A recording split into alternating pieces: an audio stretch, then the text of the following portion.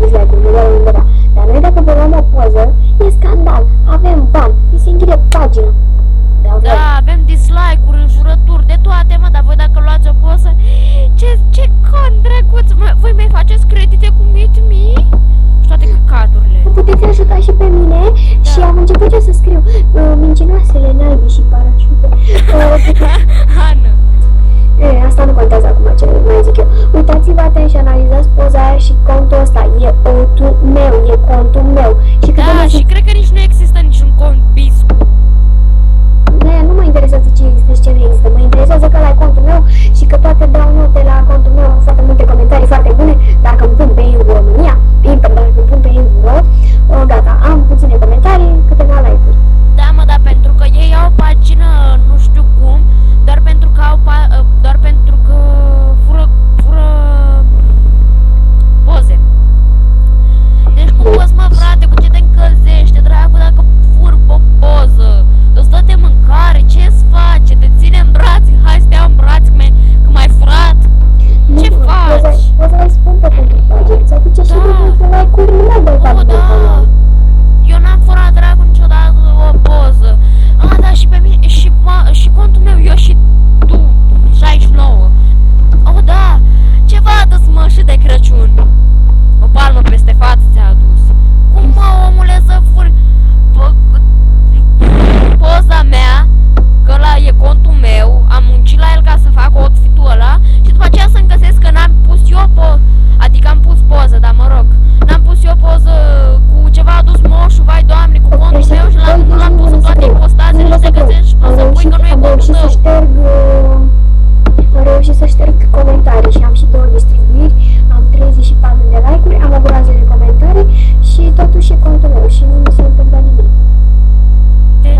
Deci eu raportez și o marchez ca spam și vreau acum ca să strângeți voi dislike-uri, n-am nimic cu pagina, dar totuși, nu vă înțeleg, nu vă înțeleg. Toate, am dat bani, am făcut orice, gata, deci...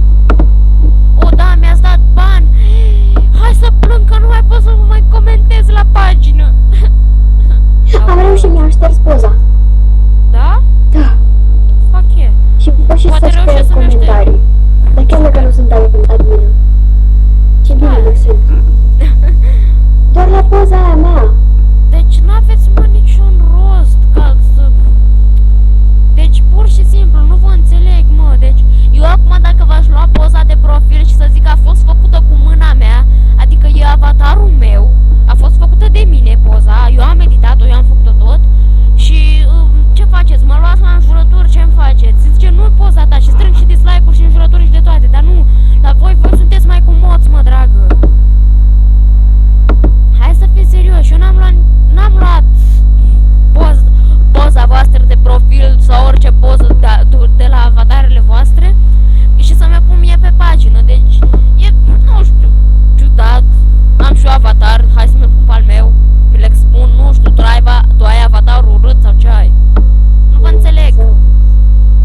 Și voi acum vă dați până prințese, frate, ar trebui acum să vă apun să vă arăt toate outfit-urile mele, bine, și sunt 112, asta nu contează, ar trebui să vă arăt toate outfit-urile mele, să vă văd cum v-am mai minunați atâta și vă dați seama ce poză a fost idiotă, că după aceea poate face print screen și elimină numele. Orice e posibil. Deci e, nu știu, și bana mea, mă, voi chiar, cum puteți dormiți noaptea? Stai tu, le ține poza în brațe? Deci nu vă înțeleg. Clientul. Sau cu faza cu furatul contului. De ce furați conturi? Vă încălzește cu ceva că aveți un cont mai bun? Muncește, frate, la el. Tu n-ai stat tu să muncești. Sunt unii care își bagă bani în conturi și deodată apar tu. Hai să fur contul ăsta, că eu de asta are încredere în mine, știi? Are încredere în mine. Hai să fur contul, că e proastă fata că are încredere în mine. Eu sunt o persoană de căcat și n-ar trebui nimeni să aibă încredere în mine. Recunosc eu așa, doar în persoana mea. În rest, sunt o persoană de încredere pentru ceilalți.